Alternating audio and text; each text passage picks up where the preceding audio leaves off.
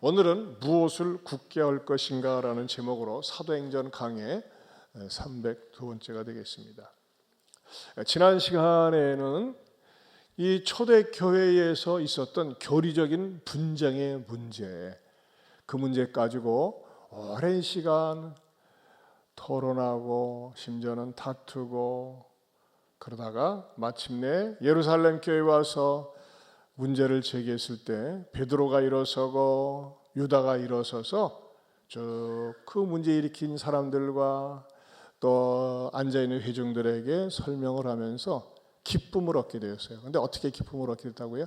하나가 되었을 때, 만장일치가 되었을 때 기쁨을 얻었습니다. 우리가 말이죠, 요즘 뉴스를 볼 때마다 마음이 답답한 게 뭡니까? 나라가, 백성이 하나가 되지 못했어요. 우리 이를 위해서 기도해야 됩니다. 하나님, 따라서 합시다. 하나님, 나라가 하나가 되게 하옵소서. 그렇죠? 예, 진영 논리로 쫙 나눠져 있어요. 우리 이럴 때요, 다르게 기도하지 말고 하나님 앞에서 이 나라가 하나가 되게 하옵소서. 제일 중요합니다. 가정이 분열됐을 때, 직장이 분열됐을 때 고통스럽습니다. 나라도 그렇지 않습니까? 이게 하나가 되는 것이 기쁨을 주고, 또 초대교회에서 그 안디옥에 머나먼 그 480km, 왕복 960km를 그냥 바울과 바나바만 가면 될 텐데, 바울과 또 다른 실라와 유대를 보내면서 야, 우리를 배려하는 게 이렇게 깊구나, 우리를 생각하기 때문에 이렇게 초대교회에서 소중한 인물들을 보냈구나 하면서 큰 기쁨을 얻었다. 우리도 다른 사람에 대한 배려는 무엇을 가져다 줍니까? 기쁨을 가져다 준다는 것입니다. 자, 오늘은 말이죠, 특별히 오늘 본문에서 그동안 사도행전에서 다루지 않았던 새로운 인물이 등장을 합니다. 그것도 살짝 등장하는데, 그게 뭐냐면 첫 번째로 유다와 실라도 선지자라는 것입니다. 유다와 실라도 선지자라. 어디에 나와 있습니까? 자, 우리 32절 말씀을 읽어보겠습니다. 32절 같이 읽어봅니다. 유다와 실라도 선지자라, 여러 말로 형제를 권면하게 굳게 하고. 네, 여기서 설교 제목이 나왔습니다. 유다와 실라도 선지자라, 여러 말로 형제를 권면하여 굳게 했다 그랬어요. 여러분, 교회 생활을 해보신 분들은 좀 알고 성경을 조금 알고 있는 분들은 익숙합니다만, 선지자라는 말은 주로 구약시대 때 활동했던 인물들이었습니다. 선지자는 어떤 역할을 했습니까? 왕이 잘못했으면요, 왕한테 가서 직언을 합니다. 당신이 왕이 돼가지고 왜 그렇게 싸가지 없이 행동합니까? 왜 이렇게 하나님의 말씀을 어기고 우상 숭배합니까? 때로는 책망을 하고, 때로는 백성들을 책망하고, 그런 일을 선지자들이 목숨을 걸고 했었습니다. 근데 선지자들이 어떤 공통점이 있었냐면요, 하나님의 말씀을 전할 때는 그냥 자기 생각을 말하는 것이 아니라 여호와께서 이렇게 말씀하셨습니다, 하나님이 나에게 이런 말씀을 전하라고 했습니다 하면서 하나님께 위탁을 직접 받아가지고, 소위 신탁 계시라고 하죠, 직접 받아가지고 그렇게 직언을 했습니다. 그런데 신약교회에서 선지자들의 모습은 그런 모습이 없습니다. 그런데도 불구하고 이 둘을 갖다가 유다와 실라도 선지자라 그랬어요. 그럼 이 신약교회에 등장하는 선지자는 어떤 사역을 했습니까? 교회를 세우는 일을 했습니다. 교회 중심으로 사역을 했습니다. 교회를 벗어나서 사역을 하지 않았습니다. 그럼 교회를 중심으로 뭐 했다고 그랬어요? 권면하고 굳게 했다. 뭘로요? 말로 그렇게 했다는 거예요. 그런 의미에서 보면요, 저도 선지자입니다. 오주환 선지자 얘기할 수 있습니다. 그렇게 보면요, 교사들도 선지자가 될 수 있어요. 왜? 학생들을 말로써 권면하고 가르치니까. 순장들도 선지자가 될 수 있습니다. 하지만은 지금 신학시대 때는 선지자라는 말을 사용하지 않습니다. 왜냐하면 선지자라고 하기에는 너무나 외람되고 격에 맞지 않는다고 생각을 합니다. 하지만은 선지자들의 역할을 목사나 교사나 순장이나 특별히 가르치는 사역에 있는 분들은 선지자들이 했던 사역의 내용과는 같다는 것입니다. 그렇다면은 이 유다와 실라가 선지자라고 하는데 무엇을 했다고 그랬어요? 여러 말로 형제를 권면하여 굳게 했다 그랬어요. 왜? 마음이 흔들리니까요. 요즘 여러분 요즘 우리 주변 상황을 보면 마음이 흔들리지 않습니까? 이럴 때 어떻게 되는 거예요? 새해를 맞이해서 저는 여러분들에게 말씀을 준비해서 어떻게 했느냐. 두 번째는 심지를 굳게 하도록 해야 한다는 거예요. 심지. 여러분 심지가 무슨 뜻입니까? 마음 심자 뜻지자입니다. 마음에 품은 뜻. 여러분 새해가 되면은 결심을 많이 합니다. 새해가 되면은 다짐을 많이 합니다. 그런데 이거 아십니까? 다짐을 많이 하면 다 짐이 됩니다. 자, 접수가 되십니까? 다짐을 많이 하면 다 짐이 돼요. 그러니까 너무 다짐을 많이 하지 말고 하나만 제대로 해도 된다는 것입니다. 일편단심으로 심지를 굳게 해야 됩니다. 여러분 요즘도 그런지 모르겠습니다만 고급 레스토랑에 가면요 이렇게 운치가 있고 분위기를 말이죠 만들어놨는데 그 고급 레스토랑 속에는 여러 종류의 양초를 만들어 놨습니다. 양초, 빨간색, 파란색, 노란색 아주 굵은 양초를 이렇게 곳곳에 세워놨습니다. 이게 분위기를 조성하는 것이겠죠. 그런데 그 양초의 생명은 어디에 있을까요? 양초가 빨갛다, 파랗다, 노랗다 그것에 있는 것이 아니에요. 외양에 있는 것이 아니라 양초의 생명은 심지에 있습니다. 심지에 불을 붙여서 딱 타오를 때 그 모양새를 더한다고 하는 것이죠. 이와 마찬가지로 우리 사람도 말이죠. 겉으로는 이쁘장하고 잘생기고 늠름하고 그럴듯하지만은 심지가 없다. 심지가 없어요. 뭐가 됩니까? 쓸모없는 인간이 됩니다. 심지가 없네. 그렇게 하는 것이죠. 마음에 푼 뜻이 없습니다. 의지가 약한 것입니다. 여러분 우리 주변에 의외로 말이죠. 겉으로 멀쩡한데 의지가 약한 사람들이 의외로 많이 있습니다. 요즘 들어서 더 그래요. 현세 들어. 그런 사람을 갖다 보니까 의지 박약하라고 합니다. 의지가 너무 약한 거예요. 의지가 약하다 보니까 뭘 집중적으로 하지 못하고 뭘 오래 하지 못하고 뭘 꾸준히 못하는 것입니다. 의지가 약하니까 어떻게 합니까? 변덕이 심한 거예요. 의지가 약하기 때문에. 그래서 성경에서 뭘 가르쳐 줍니까? 이사야 26장 3절 같이 한번 읽겠습니다.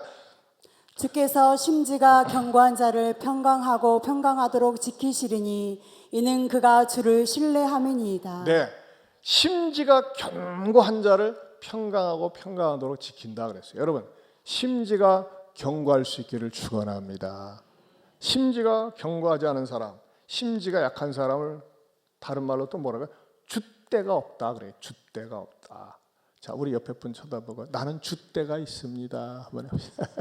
줏대가 있어야 됩니다. 여러분 1월에 들어서 이제 나는 올 12월까지 열 잘할 거야 하면서 체중 관리 잘할 거야 뭐 할 거야 하면서 그런데 줏대가 있어야 됩니다. 그런데 중요한 건 뭘까요? 왜 우리 의지가 약합니까? 우리의 의지를 세상적인 것에 그리스도인들이 둘 때 약합니다. 우리는 어디에 그 심지를 두어야 될까요? 세 번째로 하나님을 신뢰함에 두어야 한다는 것입니다. 하나님을 신뢰함에 두어야 한다. 이사야 26장 3절. 네, 핸드폰 좀 꺼주세요. 네, 모르고 키신 거죠? 네. 자, 이사야 26장 3절 다시 한번 읽어보겠습니다. 주께서 심지가 견고한 자를 평강하고 평강하도록 지키시리니 이는 그가 주를 신뢰함이니이다. 네, 주를 신뢰함이 있어야 됩니다. 주를 신뢰한다는 말은 하나님을 믿는다는 말입니다. 믿음에다가 심지를 두어야 합니다. 의외로 많은 사람들이 인생의 심지를 하나님께 두지 않고 세상적인 것에 두는 경우가 많이 있습니다. 뭐니 해도 머니가 최고요 하면서 머니에 둡니다. 여러분 이거 아세요? 돈이 많은 사람일수록 불안합니다. 그 많이 모아놓은 돈, 쌓아놓은 돈을 날리지 않으려면 그걸 지키기 위해서 말이죠. 여러분 부자들이 불면증 환자가 더 많은 거 아십니까? 돈이 많기 때문에 오히려 근심 걱정이 더 많은 거예요. 그러면서도 돈을 의지하면서 산다는 것입니다. 사람들이 돈에다가 심지를 두려고 해요. 어떤 사람은 권력에게, 어떤 사람은 대중에게, 어떤 사람은 이념에게 그런 데다가 자기의 인생의 뿌리를 둔다고 하는 것입니다. 여러분 그러나 그것은 절대 오래가지 못한다고 하는 것입니다. 절대 오래가지 못합니다. 양초가 아무리 이뻐도 그 심지가 바깥에 살짝 붙어 있거나 조금만 붙어 있으면 타다가 맙니다. 저는요 이런 교인들을 봤어요. 바구니 신앙인 같은 교인들을 봤어요. 바구니 신앙. 처음에는 말이죠, 어떤 일 때문에 막 좋아가지고 흥분하고 막 펄펄 날뛰다가 어느 순간에 쑥 빠져나요. 여러분 바구니 아시죠? 대나무 바구니. 물에다 딱 집어넣으면 물이 그냥 샥 올라와요. 들면 또 샥 빠져요. 그렇지 않아요? 그럼 어느 때 막 좋아가지고 막 팡팡 뜨다가 어느 순간에 사라졌어요. 왜 그러나 했더니 너무너무 세상을 사랑하고 세상을 좋아하다 보니까 말이죠, 그 막 어느 때는 좋다고 말이죠, 이 세상에 또 다른 연결점인 줄 알고 교회에 들어왔다가 세상과 다르네 하면서 쑥 빠져나가는 그런 분을 봅니다. 안타까울 수가 없어요. 그 다음에 두 번째는요, 금간 바가지 신앙도 있더라고요. 금간 바가지. 바가지는 바가지인데 금이 갔어요. 근데 어떻게 물을 담으면 어떻게 됩니까? 술술술술 빠져나갑니다. 시간이 지날수록 빠져나가는 것입니다. 여러분, 이런 사람들 가운데 의외로 교회 오래 다닌 사람들이 그럴 수가 있어요. 교회 오래 다니다 보니까 타성에 젖어가지고 제자 훈련할 때 그렇게 뜨거웠는데, 사역 훈련할 때 그렇게 뜨거웠는데, 훈련받을 때 뜨거웠는데 시간이 지나면서 말이죠, 자꾸 메말라져 가는 거예요. 감동도 감격도 사라져가고 있는 것입니다. 왜 그런 것이죠? 금간 바가지와 같은 신앙이기 때문에 그렇습니다. 이런 사람들은요, 분위기에 자기를 헌신하는 거. 분위기에. 예? 아, 성신반 할 때 막 천국가 같다고 그래. 우리 자주 만나자고 그래. 근데 교회도 안 나와. 왜 그러는 거죠? 이게 금간 바가지 같은 거예요. 분위기가 좋으니까 거기에 몰두했다가 떨어져 나가는 거예요. 이것은요, 절대 하나님께 대한 신뢰를 두지 않고 사람에게 신뢰를 두고 분위기에 신뢰를 두기 때문에 그렇습니다. 그러나 여러분 이거 하셔야 됩니다. 사람에게 신뢰를 둘 때 그거 절대 오래가지 못합니다. 여러분, 제가 늘 말씀드리지만 너무 부모 믿지 마세요. 너무 자식 믿지 마세요. 너무 친구 믿지 마세요. 너무 나를 잘해주는 사람 믿지 마세요. 너무 믿는 것에 발등 찍히게 되어 있습니다. 우리 옛날 격언에 그 말이 진짜 맞아요. 믿는 도끼에 발등 찍힌다는 거예요. 여러분, 이거 아셔야 돼요. 사람이란 존재는요, 항상 죄성 때문에 잘해주다가도 어떤 이해관계만 다른 확 돌아설 수 있는 게 사람이에요.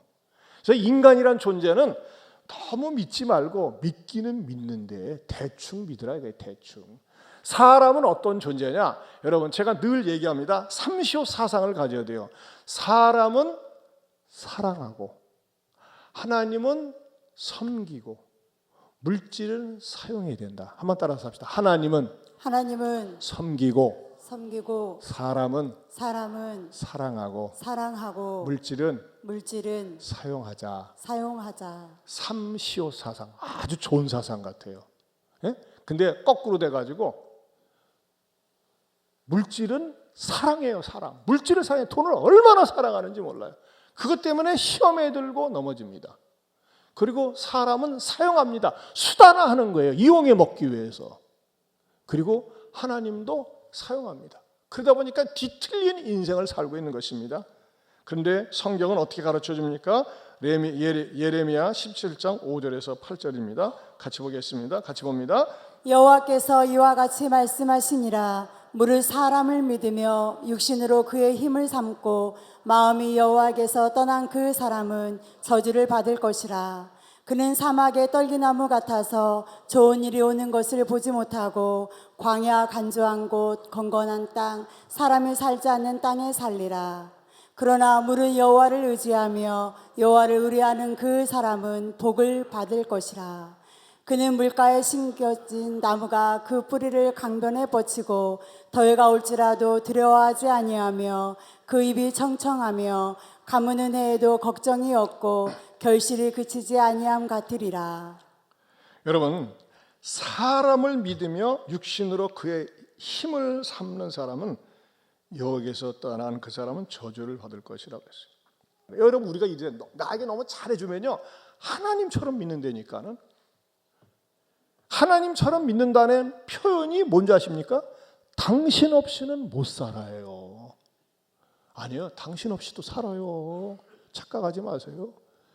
나는 그 집사님 없으면 못 살 것 같아. 아닙니다. 그거 사람은요, 항상 넘어질 수 있고 사람은 항상 나에게 섭섭한 일을 할 수 있다는 것입니다. 여러분의 아내도 여러분의 남편도 믿기는 믿되 너무 믿지는 마세요. 자식도 마찬가지고 부모도 마찬가지예요. 늘 말씀드리잖아요. 사람은요, 사랑의 대상이에요. 따라서 합시다. 사람은 사랑의 대상입니다. 예, 그렇지. 너무 믿으면요, 믿는 도끼에 반드시 발등 찍힌다는 것입니다. 그래서 우리가 인간관계를 하면서도 너무 믿지 않고 사람 누가 나한테 실수하잖아요. 나한테 잘못하잖아요. 그러면 이미 딱 나한테 선지식이 있으면 돼요. 맞아. 사람이기 때문에 그렇지. 연약해서 그렇지. 하면서 말이죠. 이것을 툴툴 털고 일어나는데 어쩌면 그 인간이 나한테 그럴 수가 있는가. 그렇게 얘기가 나오는 거예요. 그건 너무 믿었다는 거예요. 그건 너무 믿지 마세요. 너무 믿어도 아무리 믿어도 나를 실망시키지 않을 분이 있습니다. 누굽니까? 예수 그리스도입니다. 자, 대답할 준비하세요. 아무리 믿어도 너무 믿어도 실망시키지 않을 분은 누구십니까? 주 예수 그리스도. 우리를 영원히 책임지실 분은 누구십니까? 주 예수 그리스도. 그렇습니다, 여러분. 주 예수 그리스도를 의지하고 신뢰를 하면 할수록요, 그분은 절대 우리의 기대감을, 우리가 그분을 바라보는 거 실망시키지 않는다는 것입니다. 자, 그렇다면 우리가 심지를 더욱더 굳건하게 하는 것이 뭘까요? 네 번째는요, 신앙의 걸림돌이 되는 것은 거절할 수 있어야 된다는 것입니다. 여러분, 신앙생활하면서 신앙에 맞지 않고 걸림돌이 되는 것이 종종 있어요. 자꾸 세상과 타협하고 인간적인 것과 타협하자고 하는 그런 유혹들이 올 수 있습니다. 거절해야 됩니다. 저는 이게 목회를 하면서 보면요, 제가 분명히 허락도 하지 않았는데 혼자 방학해. 좀 쉬겠대. 네. 그러면요, 가만히 보면요, 제가 분명히 허락도 하지 않았는데 방학하는 사람은요, 방황합디다. 방황해. 방황으로 끝나면 몰라요? 방황해서 방탕하게 살아요. 방탕이라는 게 뭐 개차와는 막 이렇게 사는 것도 방탕이지만 하나님 떠나서 내 멋대로 사는 게 방탕한 거 아니겠어요? 여러분, 부탁합니다. 제가 사인하지 않았는데, 허락하지 않았는데 방황하지 마시기를 축원합니다. 방황하면 뭐 한다고요? 방황하면 방황해요. 방황하다 방탕하게 살다가 하나님 앞에 매 직살나게 맞고 와요, 나중에. 그러지 말고 좋은 말로 할 때 방황하지 마시기를 축원합니다. 여러분, 우리가 신앙생활하면서 큰 문제가 아니라 사소한 문제가 신앙 양심에 걸릴 때가 있어요. 그럴 때는 깨끗하게 노라고 얘기할 수 있어야 돼요. 다니엘이 그랬어요. 우리 다니엘 1장 8절을 보겠습니다. 같이 봅니다. 다니엘은 뜻을 정하여 왕의 음식과 그가 마시는 포도주로 자기를 더럽히지 아니하라 하고 자기를 더럽히지 아니하도록 환관장에게 구하니. 다니엘은요, 청년 시절에 포로가 되었습니다. 바벨론 제국의 포로가 되었거든요. 근데 바벨론의 관리들이 보니까 젊은 놈이 가능성이 있고 잠재력이 있어요. 그걸 장학생으로 와서 국립 장학생으로 뽑아가지고 기숙사 생활을 하게 하고 공부를 시킨 다음에 나중에 공무원으로 써먹으려고 하는 거예요. 얼마나 포로 주제에 한마디로 얘기해서 복받은 겁니까? 포로로 잡힐 당시에 제대로 먹지도 못하고 마시지도 못했어요. 그런데 그들 앞에 차려진 첫 번째 상이 뭐예요? 그야말로 그냥 진수성찬으로 차려져 있어요. 많은 젊은이들이 이게 웬 은혜요, 웬 축복이냐, 은혜로다 하면서 막 먹는데 다니엘은 노 하고서 먹습니다. 왜? 왕의 음식과 그가 마시는 포도주는 우상 숭배했던 음식이었고 우상 제물에 드려졌던 제사 음식이었기 때문에 다 거절을 했습니다. 여러분, 다니엘은요, 자기가 이 음식을 거절하는 순간 하나님께서 엄청나게 크게 쓰실 것이다, 나중에 총리가 될 것이다, 미리 알고 하는 거 아닙니다. 우선 당장 눈앞에 닥치는 것이 내 신앙 양심에 딱 어긋나니까 거절한 것이었습니다.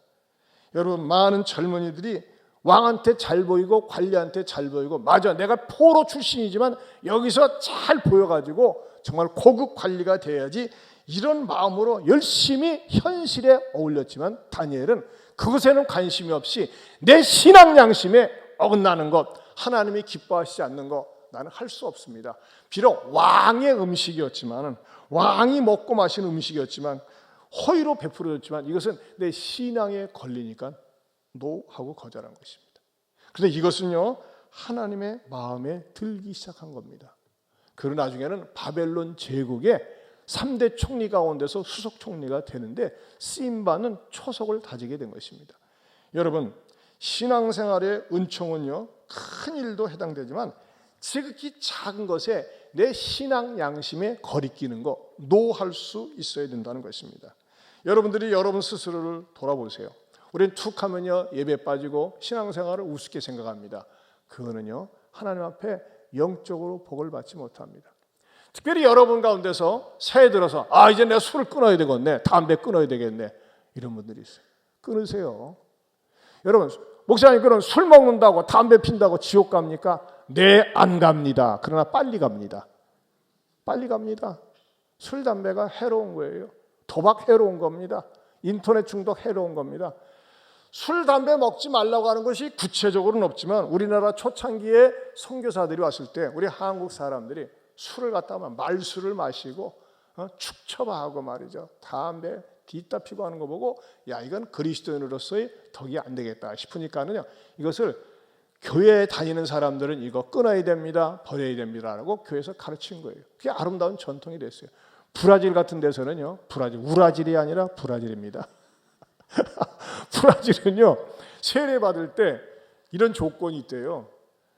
어떤 일이 있어도 주일 예배에 나오는데 주일날 축구 경기가 있어도 축구 경기에 가지 않게 해요. 브라질은요 아무튼 그 축구에 환장을 해가지고 축구 경기가 있는 날은요 교회가 텅텅 빈답니다.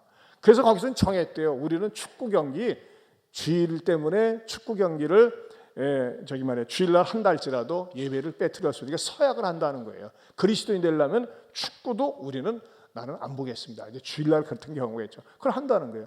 그럼 우리나라는 그런 것 때문에 이렇게 막 환장하거나 미칠 정도로 아니잖아요. 물론 우리 교회에 미친 사람이 하나 있었어요. 막 축구라면 환장을 해가지고 예배 시간에도 앉아가지고 목사 머리가 꼭 공처럼 보였대요. 그리고 그 동네 축구에서 말하자면 저기였을 때 감독이었는데 감독님이 안 오면 안 됩니다 가지고 예배도 그냥 대충 떼오고 그랬는데 은혜 받고 나서는 이 감독이 되다 보니까 예배 시간에 절대 안 돼. 그리고 내가 봉사 다 끝날 때까지는 안 돼 해가지고 딱 틀을 잡아놓으니까는 완전히 정말 주객이 전에는 그냥 축구의 종이었는데 지금은 예배의 종이 돼가지고 우리 교회에서 봉사하는 그런 집사님이 있어요.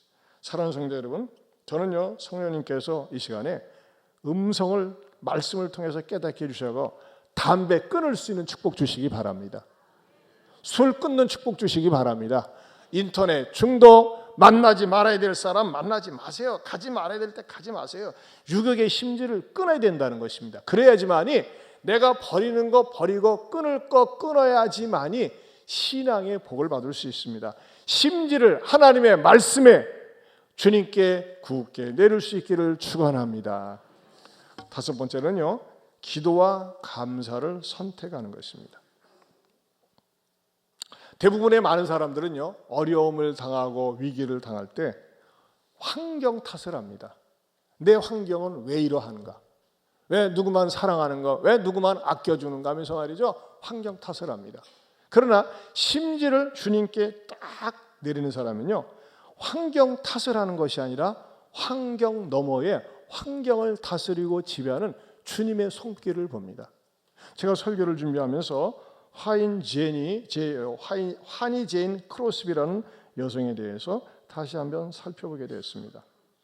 이 크로스비는요 1820년 3월 24일 태어났습니다. 그런데 태어나서 아기가 눈이 막 눈곱이 끼고 눈이 좀 이상해요. 그래서 병원에 가서 치료를 받았는데 의사의 실수로 말미암아 태어난 지 6개월 만에 시각 장애인이 됩니다. 맹인이 돼요. 이 돌팔이 의사가 약물 치료를 잘못했기 때문입니다. 이 조그만 동네에서 그 사실을 알고 말이죠. 그 동네 사람들이 막 들고 일어나서 돌팔이 의사를 갖다가 처벌해야 된다고 막 의사를 찾아다니는데 의사는 벌써 날라버렸어요. 그러니 이 어린 아기가 6개월 때부터 아무것도 보질 못합니다. 근데 이 어린 아기, 이 크로스비를 정말 잘 지도해 준 분이 있었습니다. 할머니였습니다. 할머니가 믿음이 좋았습니다. 크로스비야 낙심하지 마. 하나님이 너와 함께 하셔. 하나님이 너를 도와주실 거야 하면서 말이죠. 어려서부터 이 크로스비를 늘 성경 말씀을 들려주면서 하나님께 뿌리를 두고 살도록 가르쳤습니다. 그런데 1살 되었을 때는 아버지가 세상을 떠나고 또 11살 때도 할머니도 세상을 떠났습니다. 그런데 이 크로스비에 놀라운 간증이 있습니다. 그건 뭐냐면요. 할머니가 평소에 늘 하나님의 말씀을 가르치고 지도하다 보니까 이 어린 것이 은혜를 받아가지고 9살 되던 해에 이렇게 고백을 했대요. 할머니, 내 말 좀 들어봐. 눈 좀 떠봐. 뭐라고 얘기할게요? 만약에 하나님께서 기적을 베푸셔가지고 너 눈 뜨기 원하느냐 하면은 나는 거절할 거예요. 왜? 하늘나라에 가면은 내 눈이 밝히 열려가지고 세상에서 한 번도 보지 못한 더럽지 않은 깨끗한 눈으로 예수님을 볼 수 있기 때문에 그래요. 그랬어요. 몇 살짜리가요? 9살짜리가 그랬어요. 야, 다시. 나는 눈 뜨는 거 원치 않아요. 안 떠도 돼요. 내가 죽은 다음에 천국에 가면 제일 먼저 아무것도 보지 않았던 가장 깨끗한 눈으로 예수님 보길 원해요. 그랬어요. 이게 크로스비의 신앙이었어요. 여러분, 크로스비는요, 우리 찬송가 보면 찬송에 많은 은혜스러운 곡들이 있는데 이 찬송가 작시, 찬송가의 시를 가장 많이 지은 탁월한 여성입니다. 자그마치 6,000편의 시를 작성했습니다. 6,000편의 시를. 제가 은혜 받은 그 찬송가 가운데 하나가 있습니다. 그 뭐냐면요, 크로스비가 54살 되었을 때의 일입니다. 그녀가 살 당시에는 1874년 그때쯤이니까 뭐 미국도 1800년대 무슨 장애 시설이 잘 있겠어요. 복지도 빈약했죠. 근데 어느 순간에 크로스비가 꼭 돈이 필요했어요. 돈이 얼마가 필요했냐면 5불이 필요했어요. 5불. 여러분, 우리나라는 액수가 제일 큰 게 5만 원권이지만 미국은요 제일 큰 액수가 100불입니다. 100불. 근데 그 기축통화국이기 때문에 미국의 달러 가치는 어마무지합니다. 여러분 이거 아십니까? 북한 병사들의 한 달 생활이 1불이래요. 1불. 그게 뭐냐면 1불의 가치가 그만큼 높다는 거죠. 근데 5불이라고 하면은 우리나라 지금 돈으로 1,450원 계산하면 한 7,500원 정도 되고 얼마 안 되지만은 아마 그 당시에 크로스비가 필요할 당시 5불 정도는 한 5만 원 정도의 가치가 있지 않았을까 싶어요. 근데 그 돈을 꼭 쓸 때가 있는데 돈이 없는 거예요. 그래서 하나님 저 5불 좀 주세요. 5불이 필요했는데 아무런 응답이 없어요. 그러다가 어느 날 말이죠. 초인종을 누르는 소리가 바깥에서 들렸어요. 누구십니까? 했더니 지나가던 어떤 나그네가 제가 말이죠. 크로스비 여사를 흠모했었습니다. 왜냐하면 이분이 이때 54살이었는데 크로스비는 평판이 자자했거든요. 그때 당시에 많은 찬송시를 쓰고 참 그 장애인답지 않고 항상 사람들에게 용기와 희망을 줬기 때문에 크로스비 당신을 뵙기를 원했습니다. 제가 크로스비입니다. 하고서 인사를 했더니 와 역시 다르군요. 제가요 우리나라에서 찬송시를 가장 많이 쓴 자매 가운데 하나가 송명희입니다. 송명희 시인 들어봤죠? 나 가진 재물 없으나 뭐 이렇게 제가요 송명희 자매를 제가 중등부 전도사 시절에 송명희 자매를 초청해서 간증 집회를 하려고 최초로 모시러 갔었어요. 그때 송명희 자매가 지금으로부터 30년 전이니까요. 30년도 더 됐네요. 그러더니 그 교대 옆 근처에 단칸방에서 살고 있었는데 그때 받은 인상이 진짜 감동적이에요. 송명희 자매는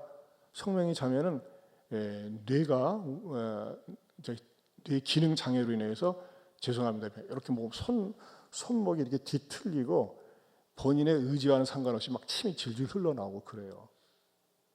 이렇게 돼가지고. 근데 제가 그 자매를 데리러 가서 문을 탁 여는 순간에 확 받은 인상이 이야 천사가 앉았구나 그걸 느꼈어요. 천사가 이게 천사구나.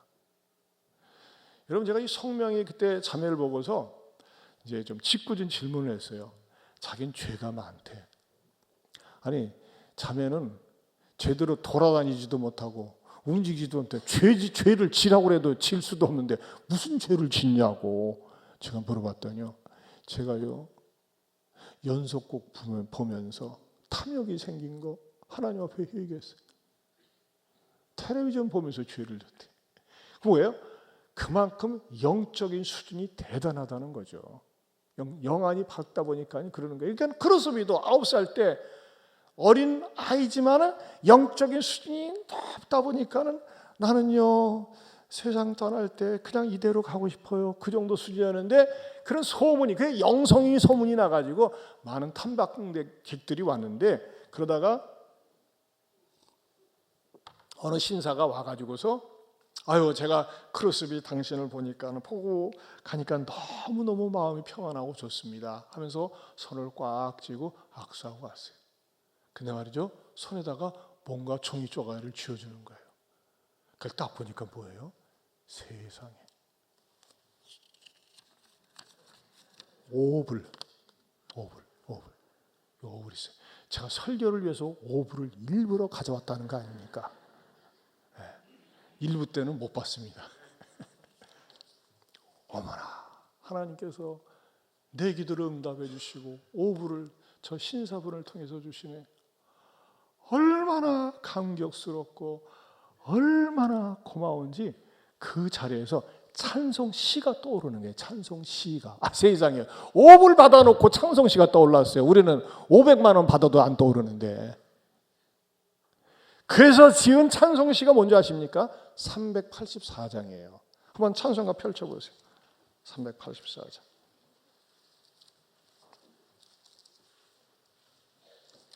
여러분, 384장 보면 말이죠, 이 찬송가는 이런 특징이 있어요. 맨 왼쪽은 작시자, 맨 우측은 작곡자거든요. 여기 보세요. 뭐라고 써 있어요? 예? 뭐라고? 작시자 이름이 뭐로 나와 있어요? 환희 제인, F 제인 크로스비라고 1800 몇 년? 75년 이렇게 써 있잖아요. 환희 제인 크로스비가 이 찬송가를 작시했다는 것입니다. 여러분, 이 찬송가 누가 좋아합니까? 개업 예배 드릴 때 좋아합니다. 왜? 만사형통아리가 들어있거든. 만사형통 싫어하는 사람이 없어요. 근데 놀라운 사실은요, 이 만사형통의 배경이 5천만 원, 5억, 500만 원 받은 게 아니라 5달러를 받으면서 생긴 감동으로 이 시를 작시했다는 것입니다. 감격스럽지 않습니까? 뭐예요? 지극히 작은 것에 대해서 하나님, 이건 하나님이 도와주셔서 형통하게 해주신 겁니다. 그런 마음으로 시를 쓴 거예요. 자, 우리 시 현장에 들어가서 한번 같이 불러보겠습니다.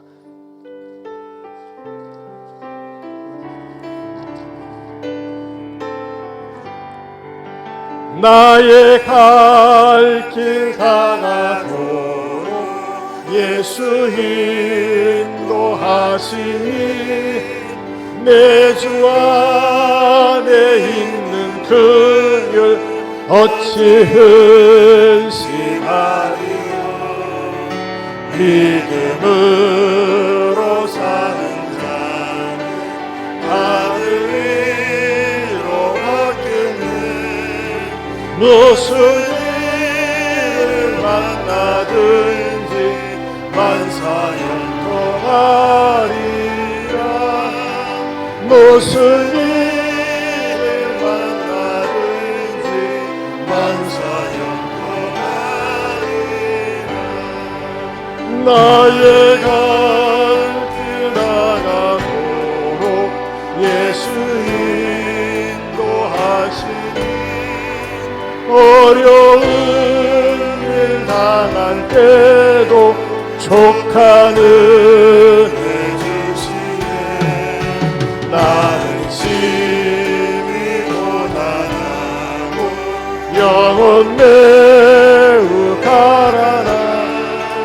나의 앞에 반석에서 샘물 나게 하시네. 나의 앞에 반석에서 샘물 나게 하시네. 여러분 2절을 보세요. 2절을 다시 한번 가사 띄워주세요. 이번요. 나의 갈 길을 다가도록 예수 인도하시니 뭡니까? 어려운 일 당한 때도 족한 은혜 주시네. 우리는 어느 때 좋습니까? 잘 될 때 족한 은혜, 일이 풀릴 때 족한 은혜, 형통할 때 족한 은혜예요. 그래 여러분, 신앙의 수준이 있는 사람은 뭐예요? 어려운 일 당한 때도 그만한 족한 은혜를 주시는 것을 믿는 거예요. 여러분, 왜 불안해하십니까? 왜 짜증을 자꾸 내십니까? 왜 원망하십니까? 어려운 일 당하는데도 족할 줄을 몰라서 그래요. 여러분, 이 찬송가 얼마나 많은 사람들이 새해가 되면 좋아하는지 몰라요. 근데 이거는요, $5 응답받은 것 때문에 그런다니까요. 500만 원, 5천만 원이 아니에요. $5. 하나님, 나 같은 비천한 여종에게 $5가 필요했는데 이렇게 어느 분이 찾아서 $5를 주시다니요. 그래서 너무너무 감격스러워가지고 앉은 자리에서 기도하면서 이것을 만사 형통이라고 하면서 쓴 거예요. 이 한 여인이 이런 감동이 벌써 수백 년이 흐르면서 얼마나 많은 사람들에게 은혜를 끼칩니까? 여러분, 저는 성령님께서 저와 여러분에게 이 새해를 맞이하면서 하나님, 저도 작은 것에 감사하며 살겠습니다. 사소한 것에 감사하며 살겠습니다. 내 믿음의 뿌리를 말씀에 두고 주님께 주고 살겠습니다. 내 신앙 양심에 어긋나는 것은 과감하게 거절하면서 살겠습니다. 이러한 믿음의 심지를 굳게 내리는 은혜 주시기를 축원합니다. 우리 다 같이 일어서서 이 찬양 기도하는 마음으로, 여러분, 환히 크로스비의 입장에 들어가 보세요. $5를 받아들고 하나님 이렇게 형통하게 해주시다니요. 세계적인 인물이 됐어요. 우리는 너무나 눈에 보이는 거 크고 화려해야지만 응답인 줄 알아요. 안 그래요 여러분? 진정한 신앙은요, 조그만 거 사소한 것에도 감사를 고백할 수 있을 때 그때부터 기적이 시작되는 거예요. 우리 다 같이 기도하는 마음으로 이 찬양 부르겠습니다. 나의 갈 길 하나도 예수 인도하시니 내 주 안에 있는 그를 어찌 의심하리요. 믿음으로 사는 자는 하늘 위로 받겠네.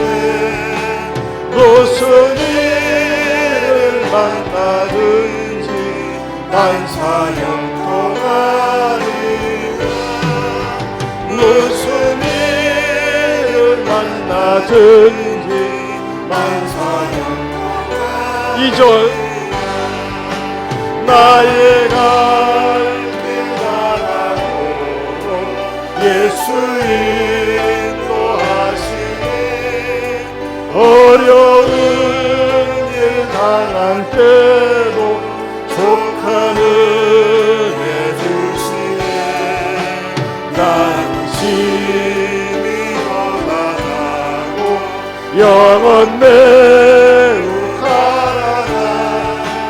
나의 앞에 반석에서 샘물 나게 하시네.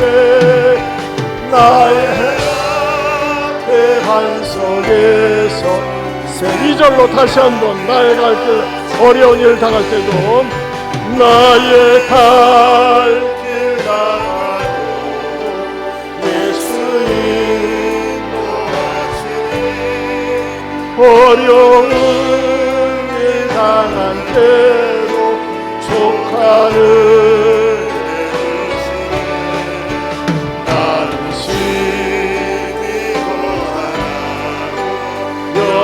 매우 가라나. 나의 앞에 반석에서 샘물 나의 앞에 한 손에서 샘물 나게 하시니. 여러분,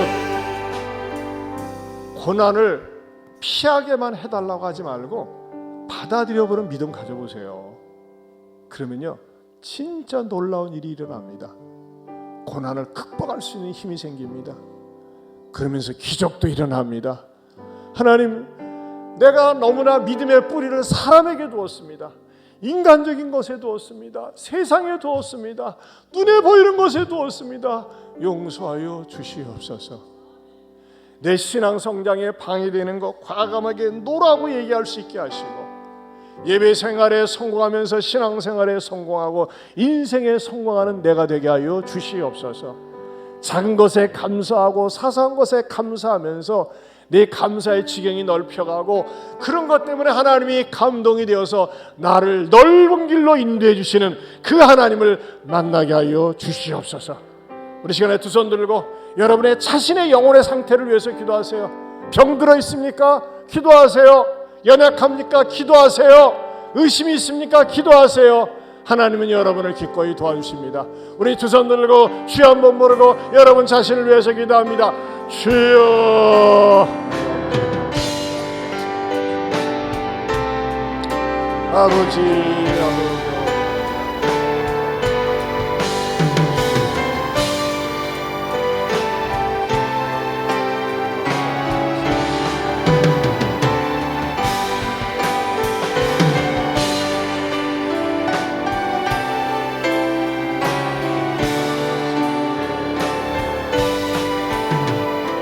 하나님 아버지, 참 저희들이 너무나 속보이는 짓을 많이 합니다.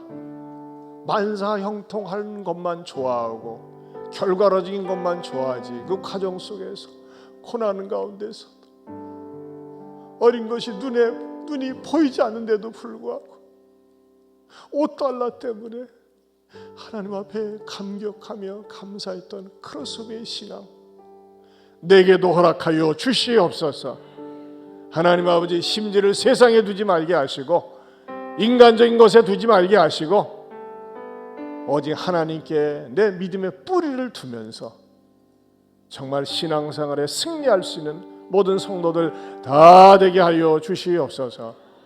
이제는 우리 주 예수 그리스도의 은혜와 하나님 아버지의 변함이 없는 사랑과 성령님의 감화 감동 교통하심의 은혜가 믿음에 굳게 서서 흔들리지 않는 아름다운 신앙인들 되기로 다짐하는 모든 성도들 위해 영원토록 함께 있을지어다. 아멘.